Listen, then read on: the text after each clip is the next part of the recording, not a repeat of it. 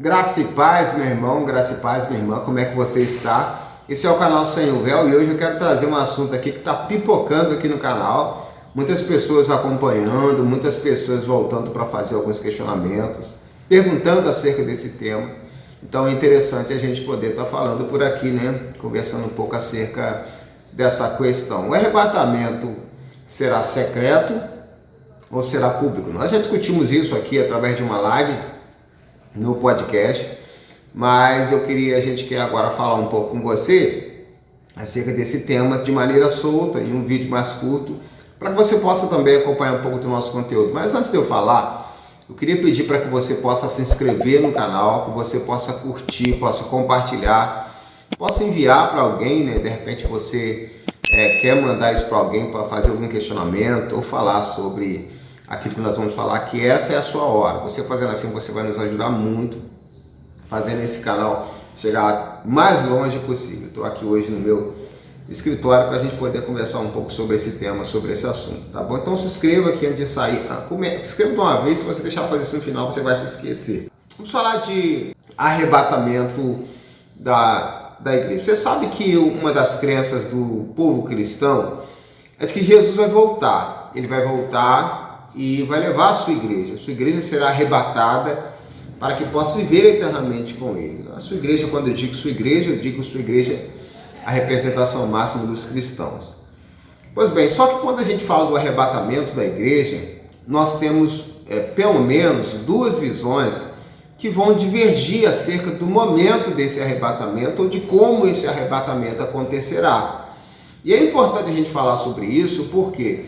Porque quando a gente lê Mateus capítulo 24, a gente percebe que os sinais que estão descritos em Mateus 24 são sinais que estão acontecendo de certa forma, né, no mundo. Várias coisas que estão descritas em Mateus 24 estão acontecendo. Então isso significa que nesses tempos atuais nós devemos estar sempre atentos, né, àquilo que é a volta de Cristo, aquilo que é o fim dos tempos.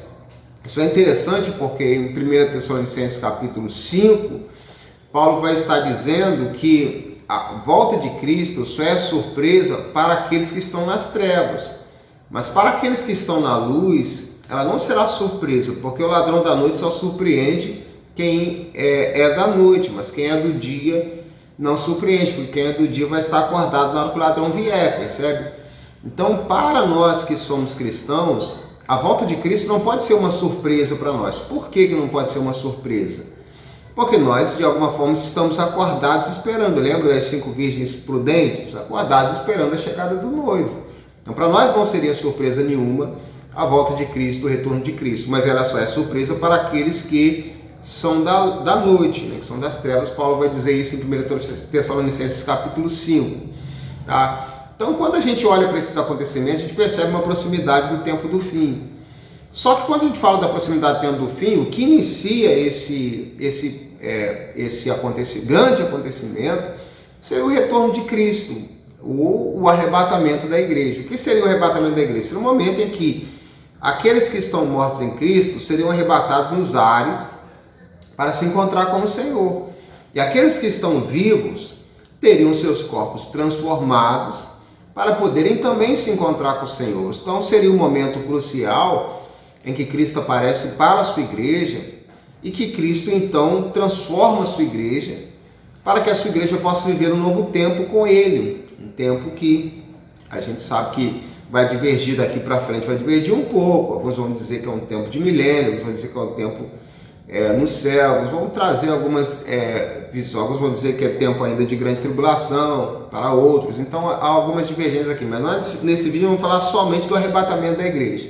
Ele será secreto ou ele será público? Então nessa questão começou a haver algumas divergências sobre essa questão do arrebatamento da igreja. Uma parte começou a entender que o arrebatamento da igreja seria secreto. O que quer dizer o arrebatamento seria secreto?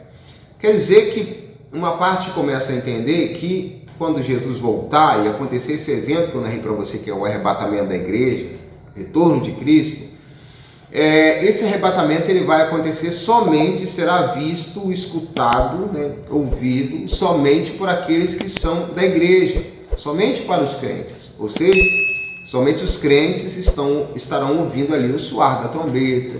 Somente os crentes estarão ouvindo o chamado do Senhor para poderem estarem começando a viver uma nova vida. Sendo assim, esses vão acreditar que os ímpios, aqueles que não fazem parte da igreja, eles de maneira nenhuma ouvirão nada acerca do arrebatamento, nem mesmo verão nada acerca do arrebatamento. Eles fazem isso baseado em quê? Aqueles que acreditam no arrebatamento secreto, que será somente para a igreja, fazem-o baseado em quê?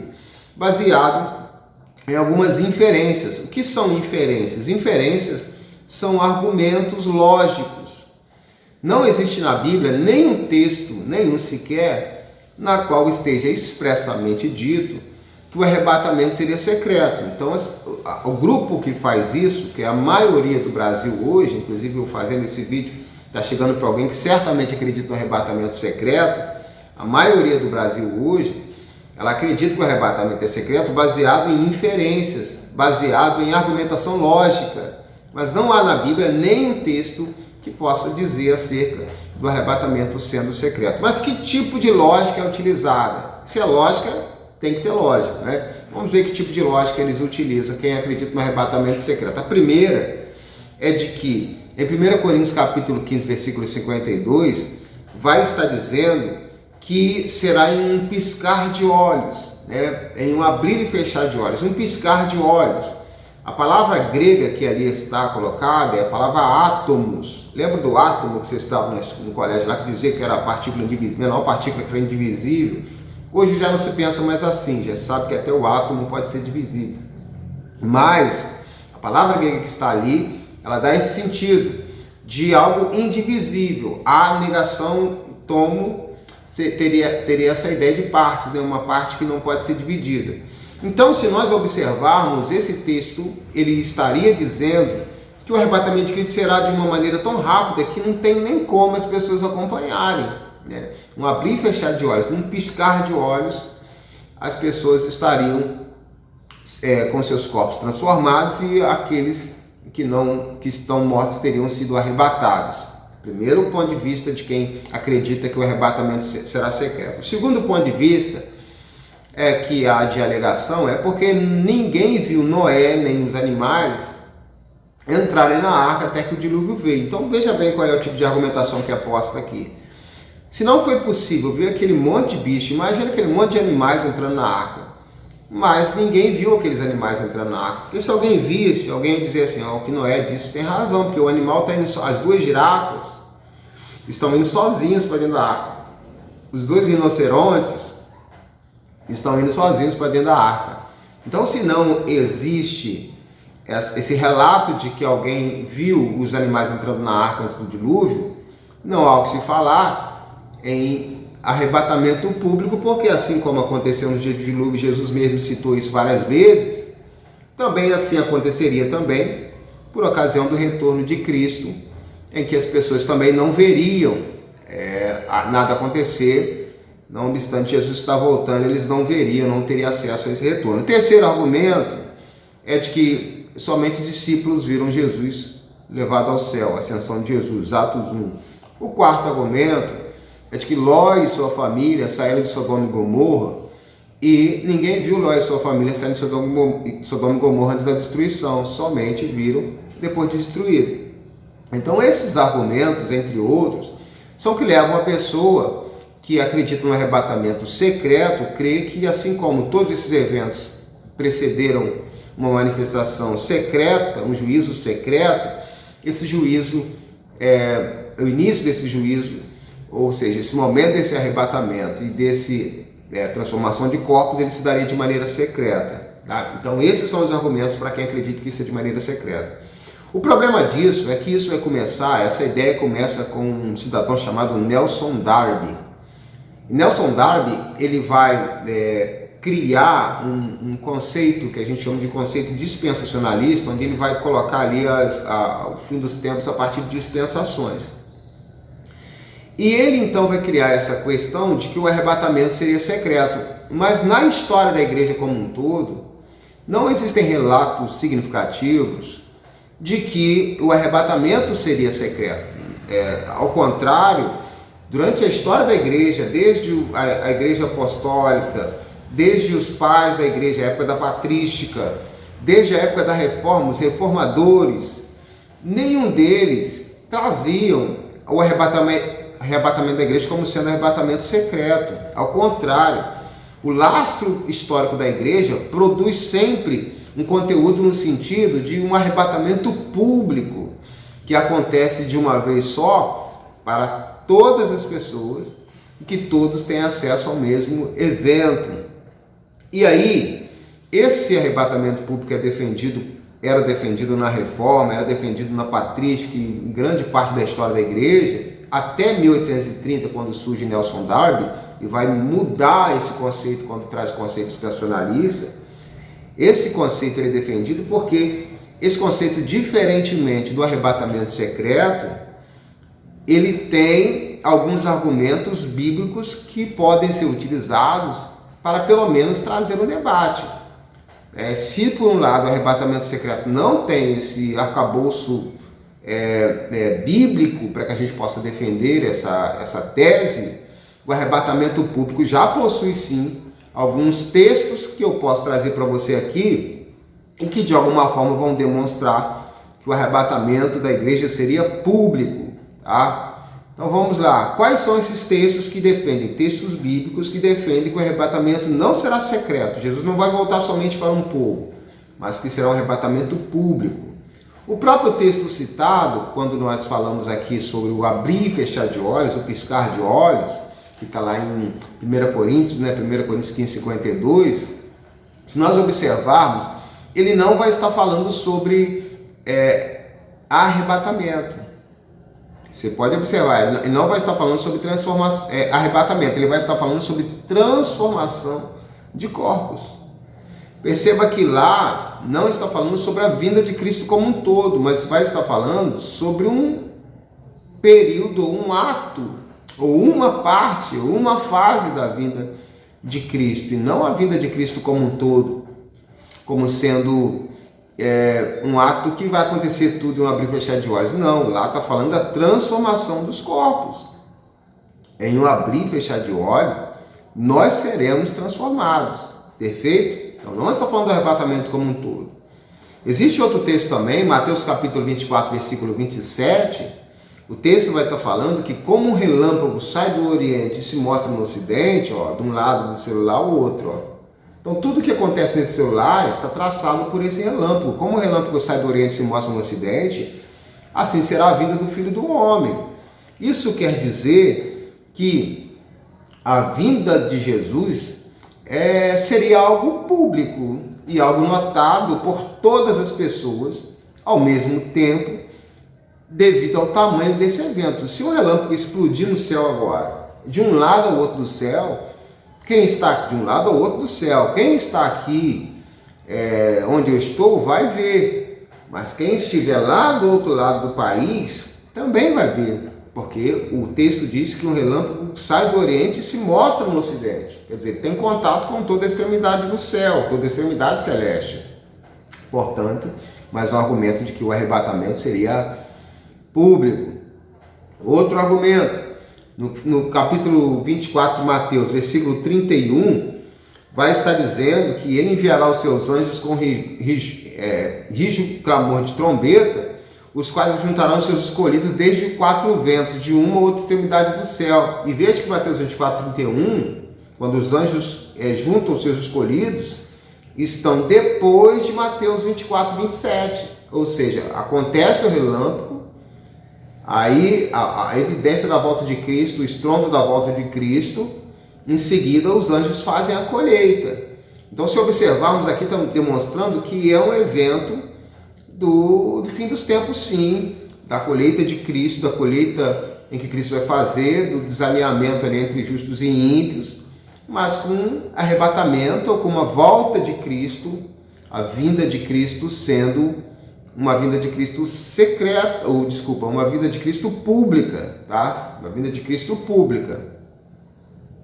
Apocalipse capítulo 1, versículo 7, também tem um texto muito interessante que vai dizer assim: eis que vem com as nuvens e todo olho o verá, até mesmo os que o transpassaram, e todas as tribos da terra se lamentarão sobre ele. Sim, amém. Apocalipse 1:7, todo olho o verá, todo olho verá.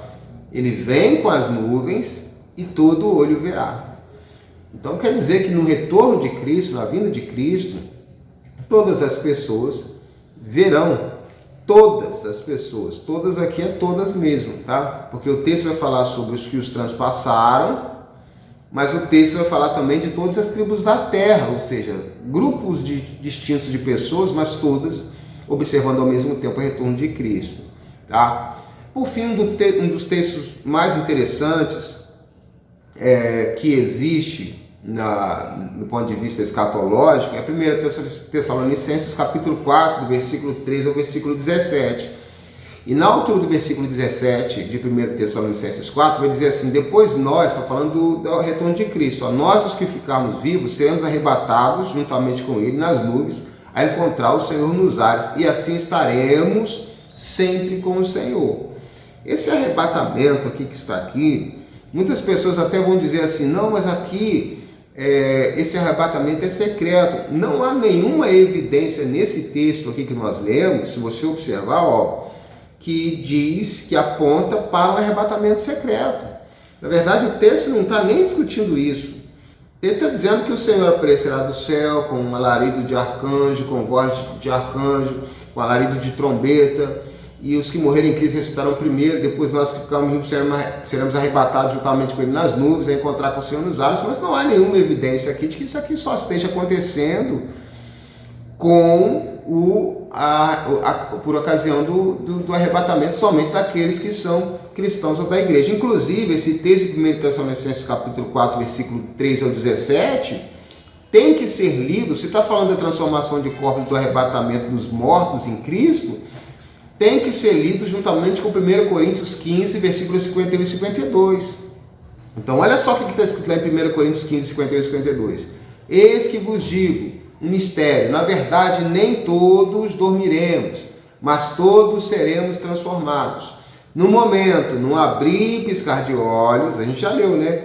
Ante a última trombeta, porque a trombeta soará, os mortos incorruptíveis, os mortos ressuscitarão incorruptíveis e nós seremos transformados. Veja bem, está dizendo aqui, que esse abrir e fechar de olhos aqui, essa ressurreição, esse toque da trombeta, ele está acontecendo exatamente por ocasião do retorno de Cristo, assim como está em 1 Tessalonicenses capítulo 4, versículo 3 ao 17. Mas em momento algum existe aqui alguma evidência de que o arrebatamento será secreto. Não há nenhuma evidência nesse sentido, pelo contrário, dando a ideia de um grande ato, inclusive de um ato público. O que me traz a sensação é de que a igreja brasileira, ela enveredou-se pela questão do arrebatamento secreto, com muito afinco, em razão de sermos pentecostais, mas que, de fato, me parece que é uma visão, e é bom sempre falar, essa visão minha, que é um vídeo do pastor Eliel Rosa. Tenho aqui tenho as minhas formações teológicas, né? Você pode me procurar lá no Instagram, que você vai me conhecer melhor, profissionais e teológicos. A sensação que eu tenho é de que essa percepção do arrebatamento secreto, ela foi trazida por ocasião do alastramento do pentecostalismo no Brasil, que fez com que essa visão se tornasse uma visão majoritária. Mas me parece que, na minha opinião, conforme disse e repito mais uma vez, a visão que contempla o maior lastro bíblico textual é a visão de que o arrebatamento seria público, de que todos verão Cristo voltar por ocasião do arrebatamento. Inclusive, essa não é uma visão própria, pessoal, personalíssima, mas é a visão de toda a igreja durante a história, até 1830, igual eu falei aqui, e a visão majoritária dos cristãos pelo mundo, não somente no Brasil. Ou seja, no Brasil a maioria entende que o arrebatamento será secreto. No mundo, a maioria entende que o arrebatamento será público. Tá bom? Então essa é uma oportunidade que tivemos de estar aqui. Queria que você deixasse aqui os seus comentários, se você acha que é um ou que é outro. é importante dizer que isso aqui não, a gente, com todo respeito às visões contrárias, isso aqui é uma opinião teológica que nós trazemos aqui, mas o canal está aberto sempre para a sua opinião, para o debate, para a gente debater esse assunto, porque a nossa intenção aqui não é dividir, mas é construir raciocínio teológico, bíblico teológico, para a fim de contribuir assim com a nossa vida cristã. Deus abençoe você.